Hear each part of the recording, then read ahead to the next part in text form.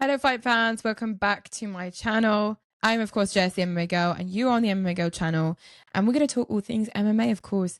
And today we're going to be talking about UFC 324, which is happening of course next week. The wait is finally almost over. 6 weeks, 6 long weeks without UFC. We are getting UFC 324 next week, and the card may be a little bit in jeopardy. Of course, we're going to be talking about the cancellation of Kayla Harrison versus Amanda Nunes. Kayla Harrison obviously having neck surgery recently makes her unavailable for the fight, and at 1.5 weeks before the fight card happens, a lot of fans of course are very upset. And in response to the upset that the UFC are dealing with the fans, they have of course made Sean O'Malley versus Song Yadong the co-main event of UFC 324, and they have not moved Davison Figueiredo versus Umar Nurmagomedov onto the main card. Of course, fans are upset that Rose Namajunas versus Natalia Silva has been put onto the main card instead of moving up Nurmagomedov versus Figueiredo to the main card. But that is the UFC's decision. Of course, we lost a women's title fight, so why not put a women's flyweight fight onto the main card instead of that women's title fight? So eye for an eye, women's fight for a women's fight. I don't see the problem. However, of course, there are a lot of people who find that a little bit annoying. Those who don't like women's fights are very upset that that is going to be part of the main card now, that we have no longer got UFC's women's bantamweight champion Kayla Harrison defending a belt against the returning Amanda Nunes. Of course, it's very sad news that Amanda Nunes will not be coming back at the end of this month. Of course, they have not cancelled the fight. They have postponed the fight for a duration that we do not know yet. We have not yet been made aware of how long Kayla Harrison is going to be out. And of course, a neck injury and getting neck surgery doesn't sound like she's going to be back in the next couple of months. So until then, will Amanda Nunes fight? That is the question. And a lot of fans are saying that she should, because why not get a little bit of that ring rust off with another opponent in the bantamweight division whilst waiting for the champion to get out of her injury. Sean O'Malley is very happy, of course, because since losing his belt to Merab Dvalishvili back in 2024, Sean O'Malley's just not been the same. We've been hearing rumors that after his fight against Song Yadong, if he wins that fight, he would like to fight the current champion, Petr Yan, and then hopefully go into winning the bantamweight title. And if he does not succeed in his quest to get the belt back, he is willing to hang up the boots this year. Now, Sean O'Malley isn't at the age where we think he will retire, but he may be just tired of where his career is going. At 31 years old, Sean O'Malley needs a bit of a revamp to his career. And as Henry Cejudo said back in the day, why not get a tune-up with someone like Song Yadong? Now, Song Yadong is a really dangerous opponent. He's at 22 victories to 8 defeats and 1 no contest. I can't wait to see this fight between himself and Sean O'Malley. This could be a chance for Song Yadong to show what he's made of, or for Sean O'Malley to go back into the win column and show us why he used to be bantamweight champion. Now, Sean O'Malley is an elite striker. He's got great takedown defense, just not enough to defeat people like Merab Dvalishvili. And I think against Petr Yan, at least this version of Petr Yan, he may struggle a bit more than he did last time. Some of you may have been following the drama surrounding Paddy Pimblett versus Justin Gaethje. And when I say drama, I'm talking about Justin Gaethje releasing some images on his YouTube channel of some suspicious looking ingrown hairs on his face and his neck.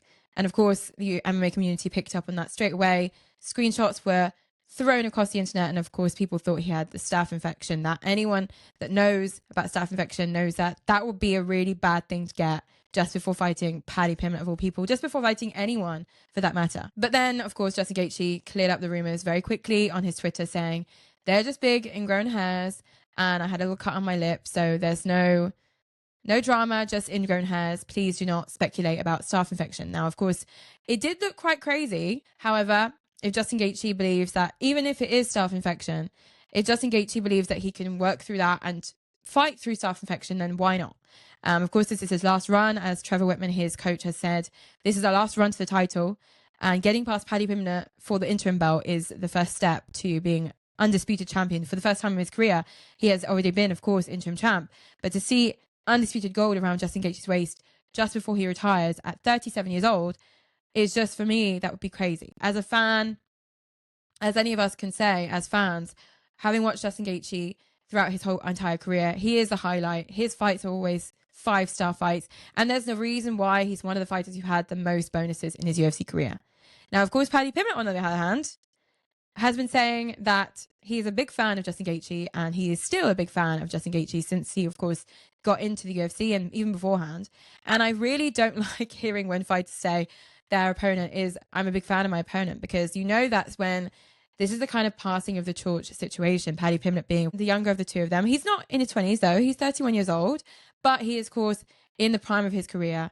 And seeing as he is a fan of Justin Gaethje, he'll do, or try and do at least, what Ilia Topuria did to Charles Oliveira, who adopted similar words when talking about Charles Oliveira, saying he had great respect for Charles Oliveira and grew up being a fan of Charles Oliveira in the UFC. And now to obviously get into the cage with Charles Oliveira, he even apologized to Charles beforehand, before doing the deed, before doing what we all saw and what we all are traumatized by, knocking Charles Oliveira out.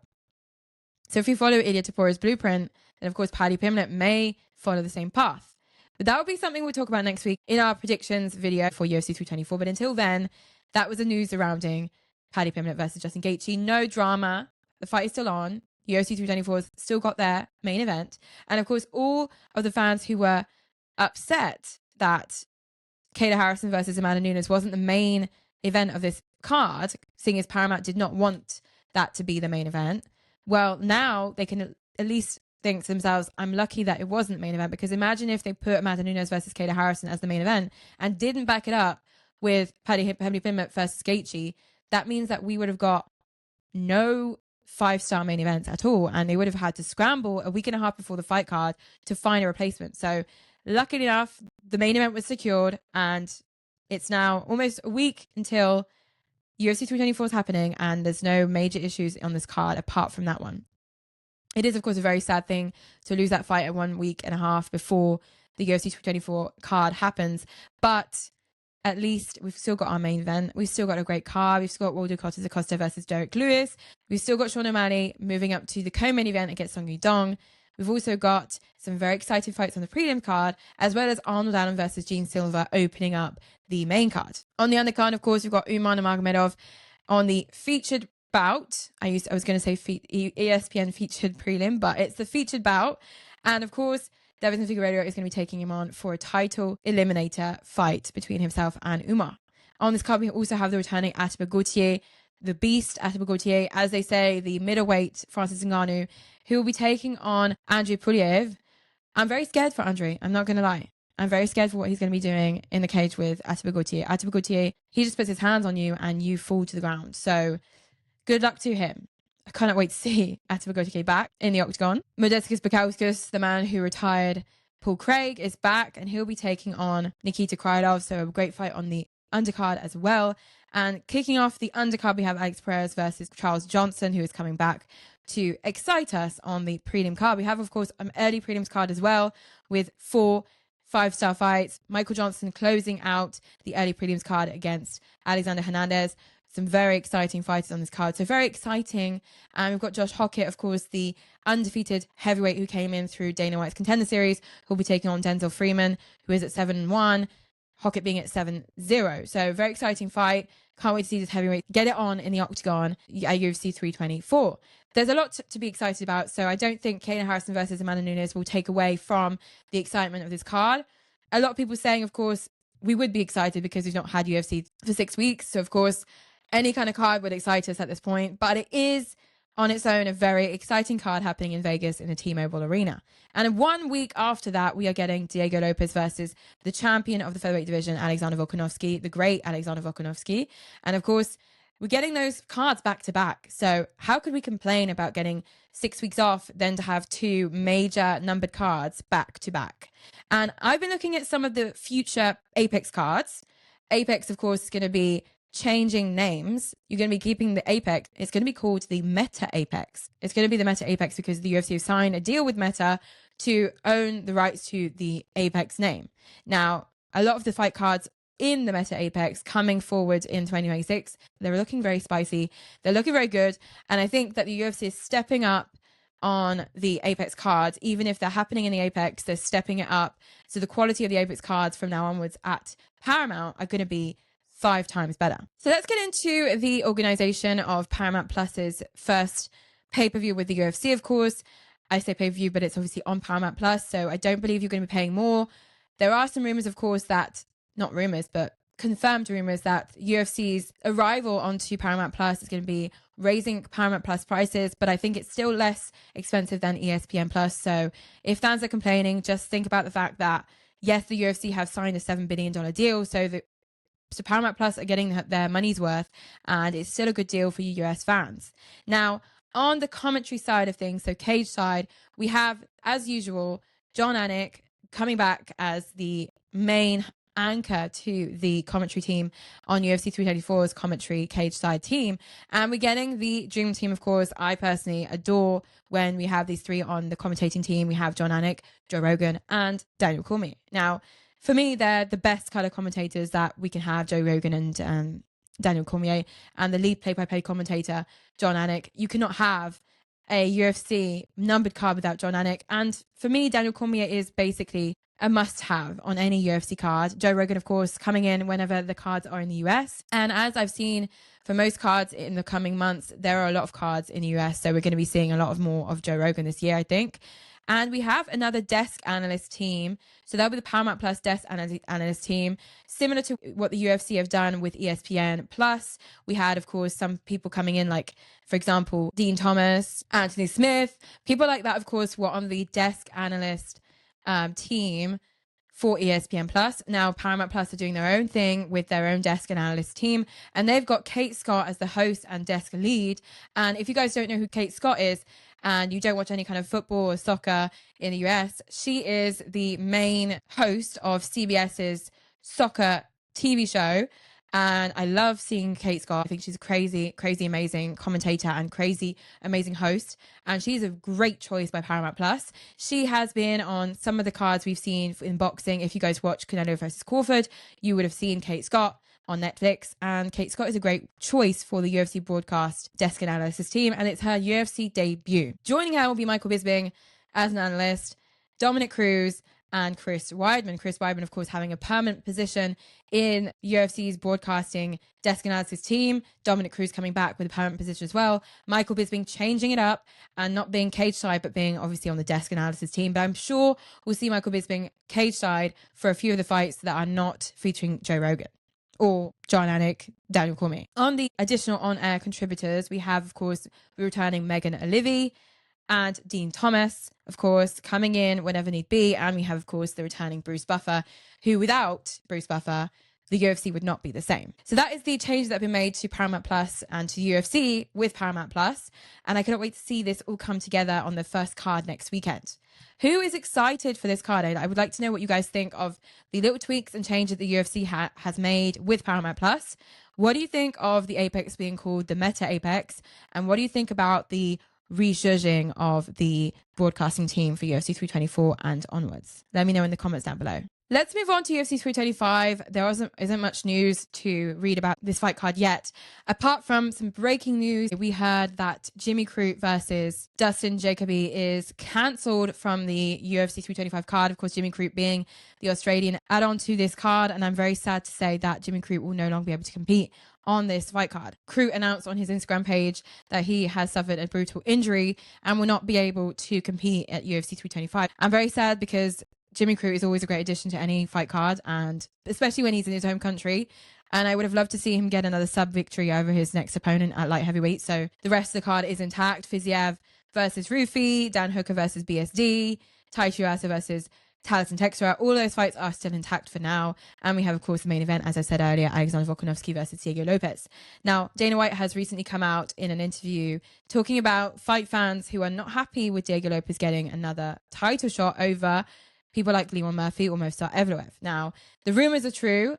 I think that Movsar Evloev will be competing against Leon Murphy at UFC's London card on the 21st of March. But Dana White has said to all fans who are not happy that Diego Lopez is getting the next title shot that you're not forced to watch it. You don't have to watch it. Now, I love when Dana is very blunt like that, because it's true. We don't have to watch it. If we're not happy with the main event, don't watch it. But we will, of course, watch it. And every fan that is complaining that Diego Lopez gets another title shot when he doesn't deserve it, they'll probably watch it too. So just watch it. We'll enjoy it. It'll be a good fight. They're two men that are amazing fighters. Let's not take it away from them. Diego Lopez deserves every bit of glory and every bit of title shots that he could get. Of course, getting another title shot so early on may have ruffled a few feathers, but once he gets his second title shot, if he loses again, then we can just wipe our hands away from Diego Lopez. As long as Alexander Volkanovski is champion, Diego Lopez can't touch the featherweight belt, as did Max Holloway have to deal with when he, of course, fought 3 times Alexander Volkanovski and lost those 3 fights. Of course, then he had to say to himself, I'm not touching that featherweight belt as long as Alexander Volkanovski is the champion. And that's exactly what Diego Lopez will have to say after this second bout against Alex. Then we can move on to other people. But for now, that is the fight that's booked, so we're going to have to deal with it. Let's move on to Arman Tsarukyan. I was doing a few videos on my social media. Drop a follow onto my TikTok and my Instagram if you guys like shorts and little videos and reels and stuff. Don't hesitate to follow me on those social media handles. Whilst I'm away from YouTube, please follow me because I do upload on TikTok every day. I was talking about Arman Tsarukyan because Arman Tsarukyan is doing what I thought was the most intelligent thing I've ever seen, which is getting featured on a lot of people's streams. Last week, he was on Aiden Ross's stream, and this week he was on Neon's stream, and Arman Tsarukyan is just everywhere. On social media, you will find Arman Tsarukyan trying someone's food, trying someone's restaurant, eating food on his own, or even doing streams with the biggest streamers in the world. And he's getting his name out there and he's getting his face out there, as well as, of course, competing in RAF and winning in RAF against someone Palmer, who is a hugely dangerous wrestler. Plus, obviously, competed at Hype Championship where he, in Armenia, drew with Shara Bullet. And just before that, he had a grappling fight in Russia, which he won hands down. Now, getting into those fights, doing all those things is putting him out there and shoving him into every fan's face. And because he's so funny and because he's so likable, the UFC will not be able to deny his likability and the way that fans are responding to Arman Tsarukyan's presence on social media. Arman Tsarukyan is a lovable character, and everyone is starting to get the conversation back into the title shot conversation. Of course, Arman Tsarukyan has been denied any kind of title picture for now because he pulled out of early January last year's fight between himself and Nizam Makhachev. The title shot he is proclaiming that he needs right now, he got that opportunity back in early 2025 and pulled out of that fight. We don't know why he pulled out of that fight. We'll never know why he pulled out of that fight because a back injury is the official excuse he gave, but the UFC seems to talk about missing weight. In any case, since then, he of course had his fight in Qatar against Dan Hooker, where he got a second round submission over Dan Hooker. And during the fight week at ceremony weigh-ins, he then headbutted Dan Hooker whilst they were face to face. And that was a moment that kind of cost him quite a bit with the UFC because, of course, as Dana White spent time talking about the fact that the headbutt wasn't good, he said that was one of the factors that made him too dangerous for the UFC to trust him with any kind of title picture. And unfortunately, it will take some time, I think, for the UFC to trust Arman Tsarukyan again and give him what he wants. So in the meantime, Arman Tsarukyan is getting himself a lot more fans, coming into favor with some non-UFC watchers, and of course, getting his name out as much as possible in and outside of combat sports. And I think it's a really intelligent thing to do because one day the UFC, hopefully this year, will then say it's just undeniable that we give him a title shot. As Chael Sonnen recently said, he thinks the UFC should forgive Arman Tsarukyan in order to move the lightweight division into a good direction. Because when you're skipping over the number one contender, you just can't help but saying to yourself, this does not feel right. It feels unauthentic because, of course, the real number one contender is being overlooked. But hopefully one day, this year in 2026, the UFC will give Arman Tsarukyan another title shot. And one bit of news I wanted to go on to Paulo Costa. Paulo Costa, of course, recently pulled out of his fight against Bruno Pereira, which was very disappointing for people to see, especially for me, because I was excited to see these two Brazilians take it on in the cage. However, if you guys watch Paulo Costa's videos on social media, especially on his Instagram, you may have noticed that he has been bulking up for quite some time. And they've just announced that he will be competing on the 11th of April against Azamat Murzakanov at light heavyweight. So he's going back up to light heavyweight, guys. I didn't think that we'd ever see a Paulo Costa go back up to light heavyweight. Maybe his cuts have been too brutal for him and that's why he's going back up. But I just think that he was better at middleweight. He was more agile. He had more speed in the octagon at middleweight. But maybe the cuts are too much for him. Maybe it's affecting his health. I don't know. But Murzakanov is, of course, an undefeated fighter with 16-0. Paulo Costa is coming up against someone who has KO'd the vast majority of his opponents. And I think this would be a great challenge for both guys. Of course, his last fight, Murzakanov's last fight, was against Rakic, who was unfortunately a round one victim to a power jab, and that punching power against someone like Paulo Costa could go either way. I like to see Paulo Costa when he's in the trenches, bloodied up and beaten, because he sometimes comes out with the best moves and he pulls off the victory. But who knows what will happen between these guys. But this is going to be happening at UFC 327, and I cannot wait to see Paulo Costa back at light heavyweight, because he's a great addition to the light heavyweight roster.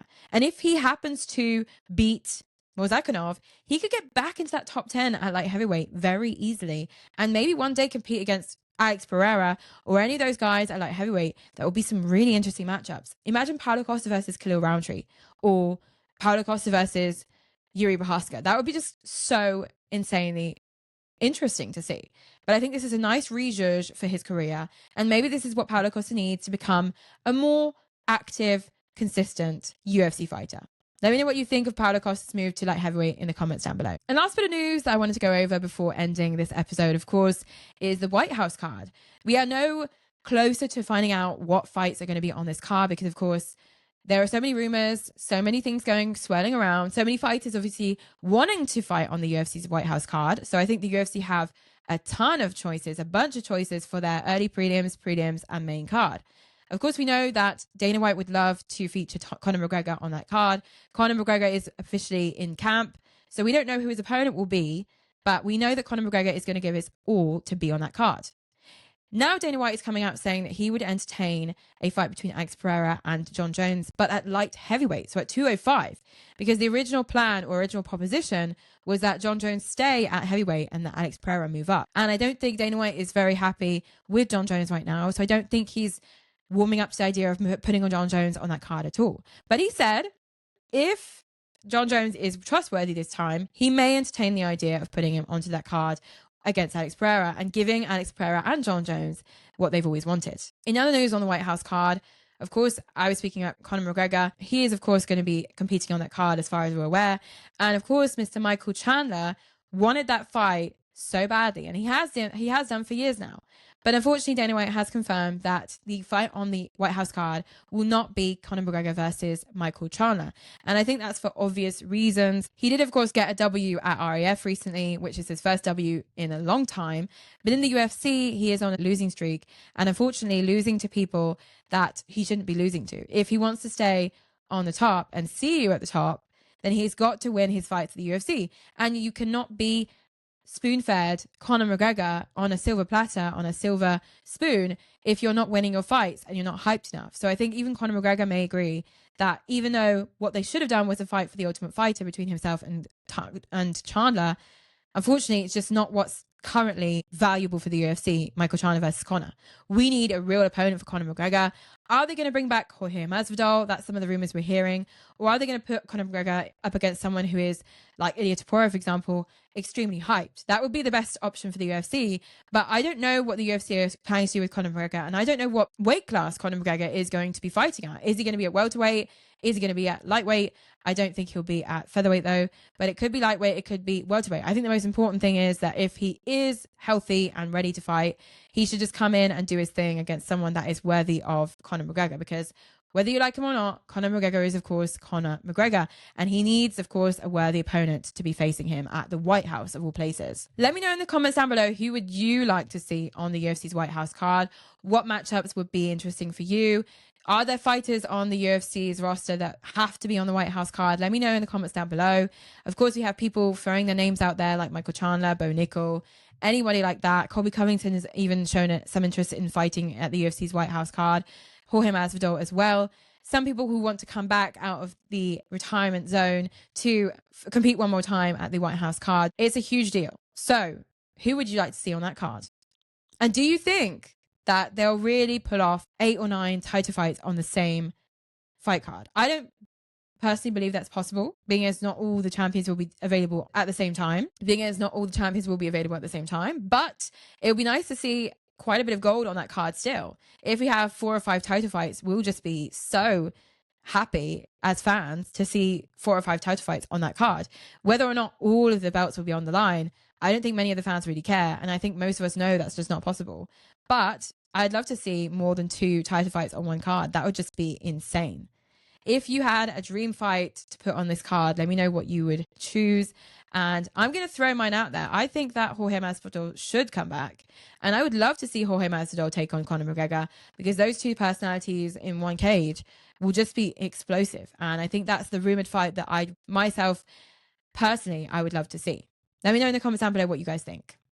Thank you so much for listening and watching this episode of the MMA Girl Podcast. And thank you so much for tuning in to my latest video on my channel. Don't forget to like, comment, and subscribe. And I'll be back in a couple days with some new, fresh content for you guys to enjoy. Until then, see you next time. Bye.